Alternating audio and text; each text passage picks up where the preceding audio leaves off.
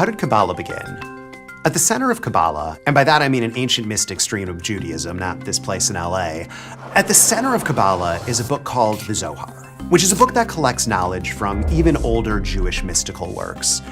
It looks at verses in the Bible and ideas in Judaism through the lens of the 10 sfirot. Put simply, each of these sfirot is a way to interact with an aspect of God. Through these sfirot, the Zohar created new ways to think about lots of the Bible and really to think about Judaism in general, mystical ways. Now, the Zohar was written in the 13th century in a culture where there was both intellectual curiosity and deep religious fervor.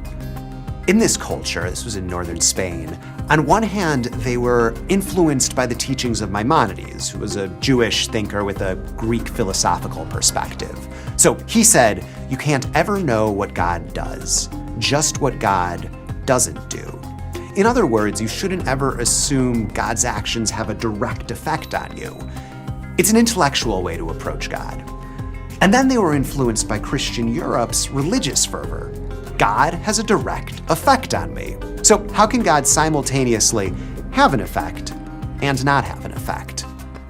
Mysticism's answer is there are multiple aspects to God. We can't interact with God, who is unknowable, let's say the Ein Sof, but we can interact with 10 constricted aspects of God, the Sfirot. A small group of people wrote about this in 13th century northern Spain. One was Nachmanides in his interpretations of the Torah, and the other was Moshe de Leon, who collected older texts that formed into the Zohar. These older texts focused on trying to understand some difficult sections in the Bible, like the logic behind creation, or the chariot vision of Ezekiel, the apocalyptic visions of Daniel.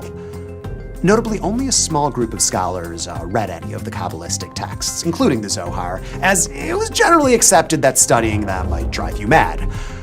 That is, until 250 years later. So, 60 years after the Spanish Inquisition, Isaac Luria in Spot entered the picture. To greatly generalize, at this time, Jews were in a down place. The whole focus of the religion was on living in the past and being sad about where we are now, not in Spain having fun. Luria had this revelatory idea to take the principles of Kabbalism found in the Zohar and evolve them. Instead of it mostly being about understanding the Sfirot, Kabbalism was now about collecting sparks. Luria said the world was originally a perfect vessel, but it was destroyed and it's up to us to collect all of the pieces. Each time we do a good deed, we're collecting these sparks and taking another step towards the Messiah.